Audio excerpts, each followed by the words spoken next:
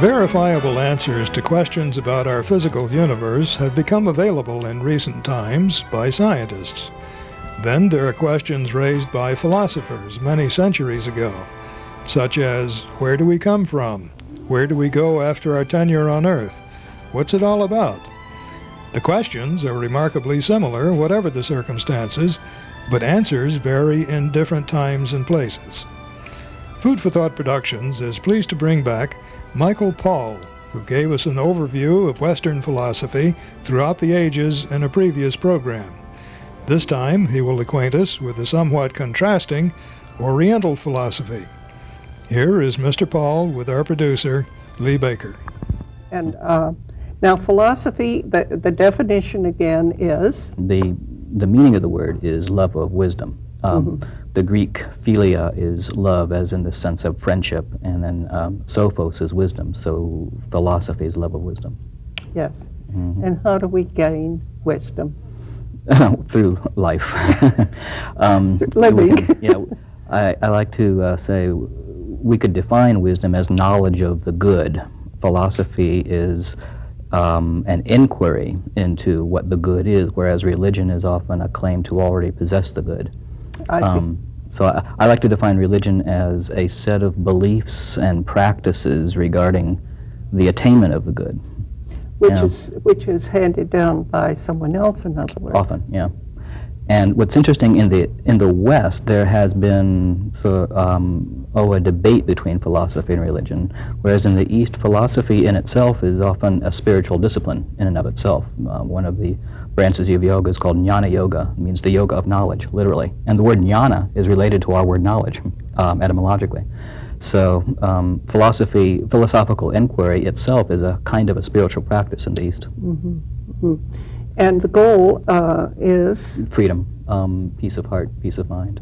I think the general thrust of Western thought in general is towards technocratic control of the world, whereas in the East it's more of aesthetic contemplation and achieving peace of mind, inner beauty. You know, the East is concerned with how do we face the world at each second.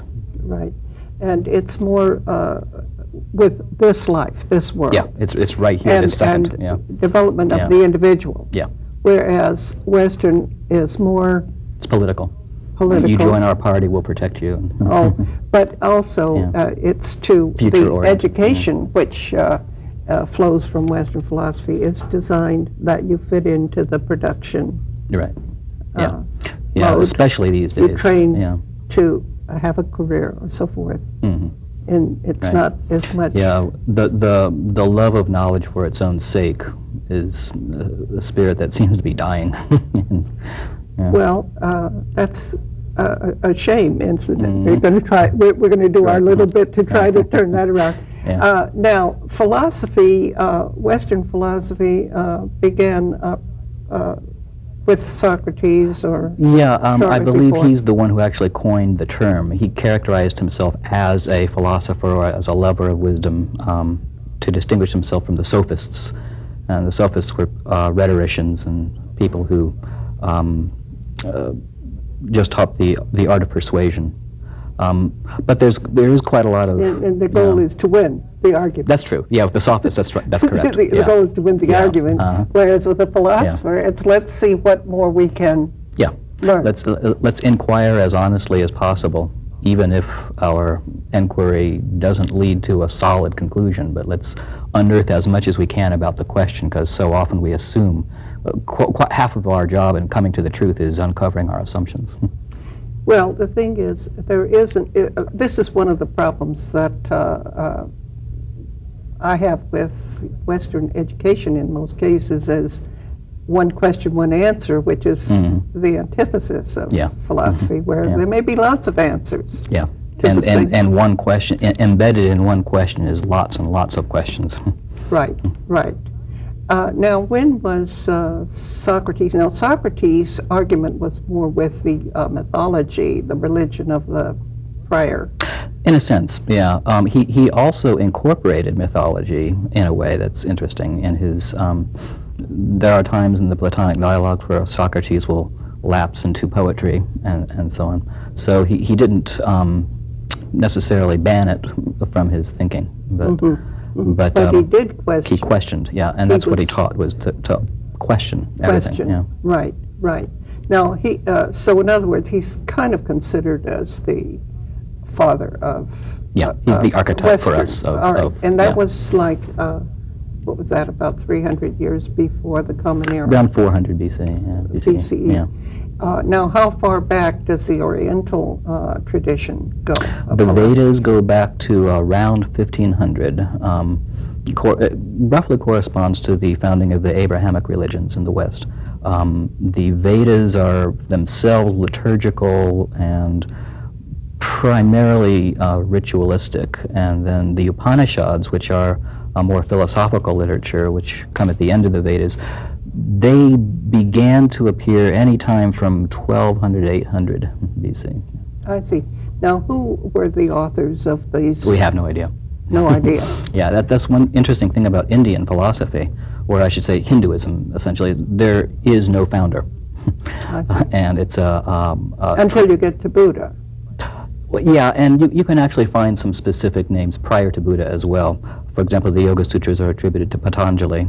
So we do have names that filter in as far as authors of particular works, but the body of thought in general is beginningless. That's why they call Hinduism Sanatana Dharma, the eternal Maybe the religion. authors didn't want to put their names, this would be There is some of that, yeah. egotistical. There's some of that, yeah. Some of that, perhaps. Yeah. But the names, the big names in Eastern philosophy are... The Buddha, of course, which interestingly, he was Indian. A lot of people don't know that. He came from India. And then there's Shankaracharya and Patanjali, I mentioned before. When Buddhism went from India to China, did any of it remain in India? Oh, sure, yeah. Yes. Yeah. So you still have Buddhists in India. Oh, certainly, yeah. It was at one point the dominant religion in India, but then there was a resurgence of Vedantic thought, and Buddhism migrated up into China. The interesting thing is, when Buddhism migrated up into China, it encountered Taoism, and the dialogue between Taoism and Buddhism gave rise to they called Chan Buddhism. The word Chan came from dhyan in Sanskrit, which means meditation. So the yogic dhyan turned into Chan, and then when Chan Buddhism was taken to Japan, it turned into Zen. I see. So the core that runs from Zen all the way back to India, through China back to India, is this meditation, mental discipline. That's sort of the foundation Yeah. for all of those. Yeah. Now, what is the object of the meditation? To silence the mind. Now, not to silence consciousness, of course, but to still the chatter. So the first of the yogic sutras is yoga is the stilling of the fluctuations of the mind, and they mean all the mindless calming. chatter. Calming. Yeah, and so once the chatter is stopped, then the seer then abides in his own nature. Now, what has been the influence of these various disciplines, the Buddhas and the Buddha and Tao and Yeah, the influence. Zen and so forth? Well, it's tremendous, How yeah. has that affected the cultures or the governments, really? What power have they had? Well, interestingly, one of the interesting things about India is it was very difficult to unify politically, and I think it was because it was such a tolerant culture. That's one of the reasons why Hinduism is so complex. It has absorbed everything that's tried to take it over. And so India was very difficult to unify politically. It was unified at one point for a short period of time by the king Ashoka. He had converted to Buddhism, and so for a while Buddhism was the dominant religion in India, but didn't last forever. And only relatively recently, really, that India achieved any kind of political unity. I see. The main goal of Buddha was what he was talking. Cessation of suffering. Cessation of suffering, which means how do you do that? How do you get rid of your frustrations and your suffering? Yeah, well, part of it is through essentially meditation. He taught mindfulness, but also through cultivating compassion for others, tolerance of others, and following a lifestyle that leads to Peaceful relations, yeah, yes. integrity, yeah, And maintaining one's integrity. self-integrity. All right. I was reading the way to eliminate frustration and suffering is to not want anything. Is that That's the way fair? it's often explained, yeah.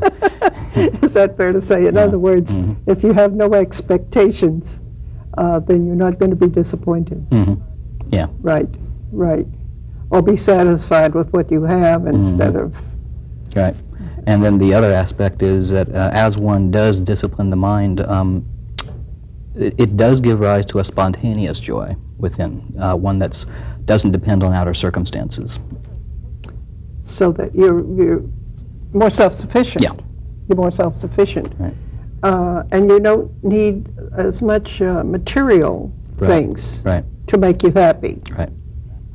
And interestingly, that's how Alexander the Great met some of the sages in India. You know, Alexander the Great invaded India trying to add it to his empire.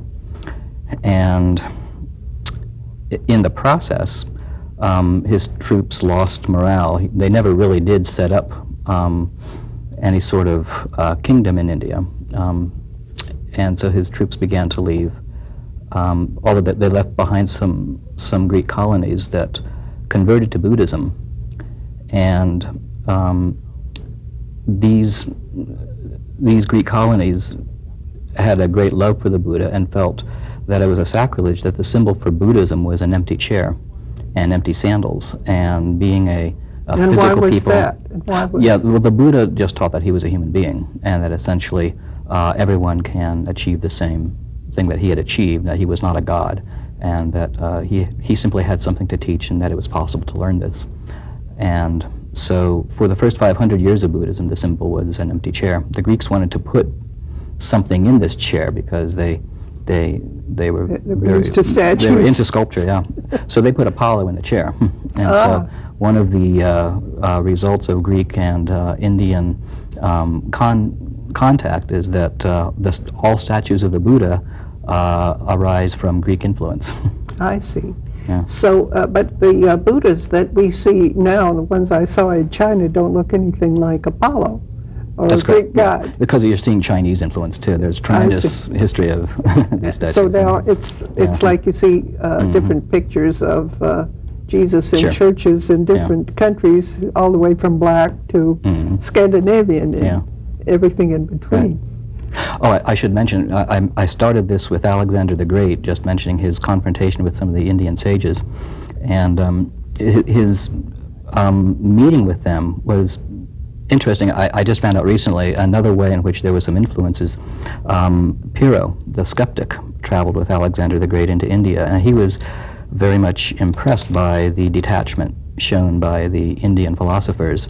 And when he came back to Greece, he emulated some of their teachings and when he was laying the foundations for skepticism. And he actually taught skepticism as a detachment from all points of view. And the purpose of the skeptical method was to achieve inner peace.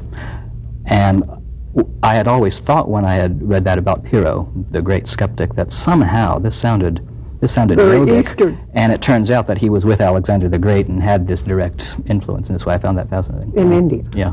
And he was, I see.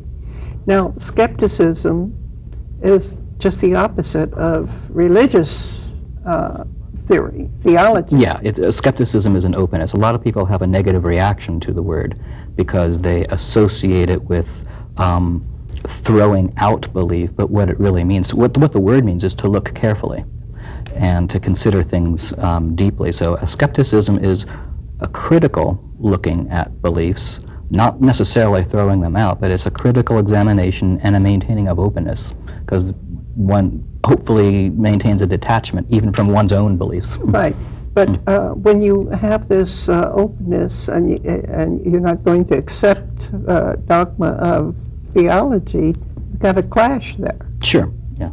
But the skeptic can examine and can listen. I think that's a skeptic can listen. Yeah.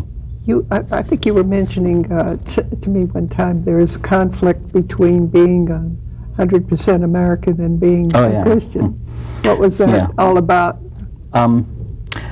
It seems to me, I've just been considering, it seems to be a paradox that there are those who consider themselves true Americans and therefore believe that the best form of government is that of a democratic republic. And on the other hand, a lot of those people also consider themselves true Christians. Therefore, they believe that the universe is actually run as a monarchy. And With God. with one person in charge. I see. And I just find it interesting to look at that. I see. Yeah. Well, that's why we have a lot of problems with trying to keep church and state separate, because our state is a democracy, Yeah. and Yeah. religion is, as Yeah. you say, a monarchy. And along the same lines, interesting, like going back to the way I like to define religion as a set of beliefs and practices regarding the attainment of the good, and in many ways, politics, I think, is its own religion. And, Yes, yeah. that's a belief. Yeah. Well, I believe in democracy. And we have our own mythologies about the American Revolution. A lot of things that we teach in school actually end up not being true, and it's fascinating to look into some Well, of this. the victors write the history. Yeah, yeah. And when Shakespeare was writing his plays, the house that was in power was portrayed very positively Yeah. in the history. And the interesting thing is that the history of Shakespeare is what is taught in English schools. When I was in England, I found that quite interesting. And so, but anyway, I was, when we were talking the other day, we talked about this sort of complex relationship between secular government, and religion. You were telling me about the attitude of the Dalai Lama. Oh, yeah. Yeah. What was that story? Well, I just heard the Dalai Lama say this at one point, and I was very impressed. He was talking about the relationship of science and religion, and he said that whenever there is a conflict between science and religion regarding the explanation of the physical world and how it hangs together and so on, well, he said, go with science. If there's a conflict at that level, go with science. What religion is about is spiritual discipline, which is about achieving peace in the heart. And there need not be a conflict. Religion can make use of science and in making its point. The conflict we have is in government, in our democratic government is where we have the conflict, because all the decisions that are made in society go with science now. Hopefully, yeah. Yes. Yeah, there are those who would like to compromise that. Right. That's a problem, because that's, speaking of the conflict with Galileo, you have the church who threatened him with the same end. Socrates wound up being killed, and I guess Galileo was smart enough to know that his ideas were already out there, and it didn't matter what he did. He knew the ideas had a force of their own and would survive. Right. Now, there's all this overlap. You were talking about the way all of these different streams of thought enrich each other, blend, and so on and so forth. And that's why I thought it would be good to see what goes on in the Eastern philosophies today, because we see a lot of the influence from the Eastern philosophies in this country and the West. And they have different names for these. Right. Yeah, well, there has been influence both ways. The first instance I mentioned, the statue of the Buddha, is actually a Greek influence. Right. And there's been far more contact between the East and the West than a lot of people are aware of. Schopenhauer was very much influenced by the Upanishads and Buddhism. He had a statue of both Kant and the Buddha in his study, and he slept with a copy of the Upanishads by his bed. And then Emerson and Thoreau in New England read the Bhagavad Gita. And then on the other hand, Gandhi was, of course, very much influenced by Western philosophies, and the poet Tagore also. And so, there's been quite a lot of dialogue both ways. Yeah. Right.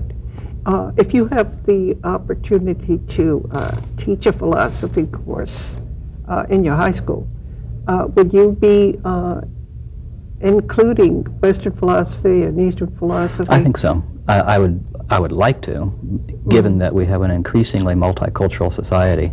Right. And I think that we need to draw on, as Goethe said, 3,000 years of history. The history of and, ideas. Yeah. The history of ideas. And there's, I think looking at Greece from Indian eyes gives a whole new understanding of what Greece is about. We like to speak of Greece as the foundation for Western culture, but I agree with Heidegger. We're looking at Greece through Roman eyes.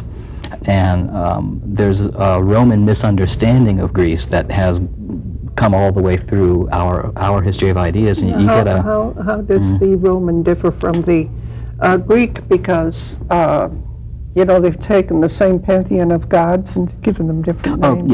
Yeah. There are similarities in the in the mythology, but interesting. The word for truth actually has a different feel in Roman culture than it does in Greek. In the Greek, truth is, and I'm following Heidegger's analysis here, truth is unconcealment, and you come to truth by remaining open. And whereas in the Roman notion of truth as veritas, the truth is something you defend. Veritas is from on high, and you're defending the truth against the onslaught. And, well, that sounds religious. Yeah, it's similar. Well, there seems to be a natural conflict of interests between religion and philosophy. But to an extent, religion often will make use of philosophy. Yes. In trying to they make use of science right, too. Absolutely, yeah. Right. But yeah, I would say, given the nutshell version, that religion claims to already possess knowledge of what is good, whereas philosophy is always open and asking, what is good? Do we really know? What is the right way to live? And what are we seeking in everything we do? Is there anything that we can really say that we're looking for? Mm-hmm. Now, in Eastern philosophy, the idea of living the good life, so ethics comes in too. Mm. The question of ethics and who sets up the criteria for ethics in Eastern philosophy? Well, the different schools of Eastern thought have different moral codes that one follows, but generally the theme is we are all essentially the same. We're all similar, and so the heart of ethics is seeing another as yourself and cultivating compassion for them, treating them as another being rather than as a means to your ends. Mm-hmm. So do they call these Eastern philosophies like religion, or what is their It's hard role? to describe, because there are many aspects of them that are superstitious and are dogmatic, just like in the West, and they look just like a religion. But at the same time, when you hear about the bloody conflicts between the Hindus and what is the other major group in India? The Muslims. The Muslims. Yeah, often, right, yeah. so and that's something relatively recent too. That and I think that a lot of the conflicts they've inherited from Western forms of government and consumerism and religion, and this is something that we're partly responsible for, I think. How so? Yeah. Well, it's beyond the scope of my ability to say, but I think that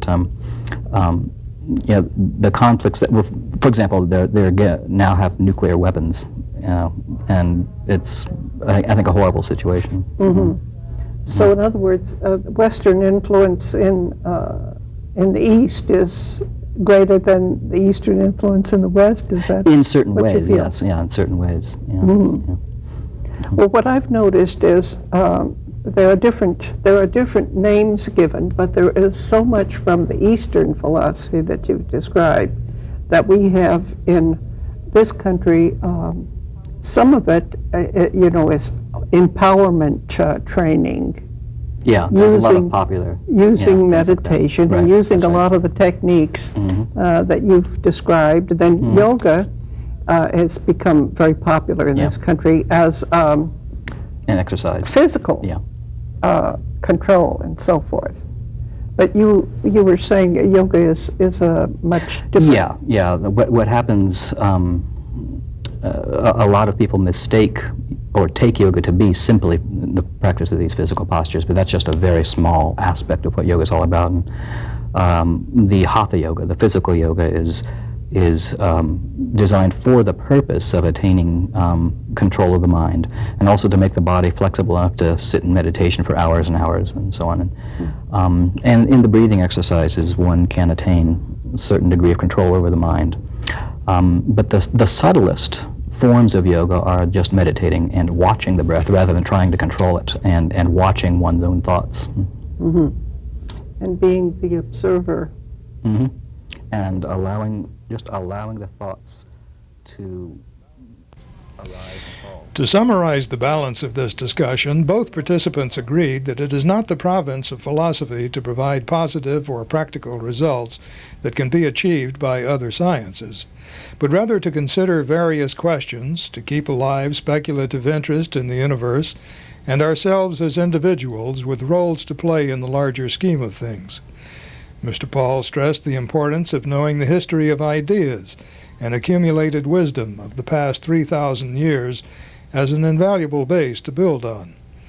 Our practical-minded producer commented that learning the craft of philosophy gives us the tools to develop our own philosophical paradigm upon which to make rational decisions and fashion our lives in optimum style. For more about Eastern philosophy, Mr. Paul suggests the following books: The Awakening of the West, The Encounter of Buddhism and Western Culture by Stephen Batchelor, all about how the Greeks put Apollo into the empty chair of Buddhism. The Gods of India by Alan Danielou is organized primarily around the major mythological figures in Hinduism, but beautifully weaves in the philosophical, psychological understanding behind them all. The Philosophies of Asia, the edited transcripts by Alan Watts, a clergyman who brought Eastern practices to England and America. And Mysticism and Morality, Oriental Thought and Moral Philosophy by Arthur C. Danto. We hope you have found this program intellectually stimulating and that you will continue to investigate the ideas raised here. To connect with other like-minded individuals, please contact any of the dozens of free thought organizations, such as the American Humanist Association, American Atheists, the Center for Inquiry, and Atheists United. You may also email the producer directly via leebaker27@gmail.com. This program has been distributed through the courtesy of Atheists United.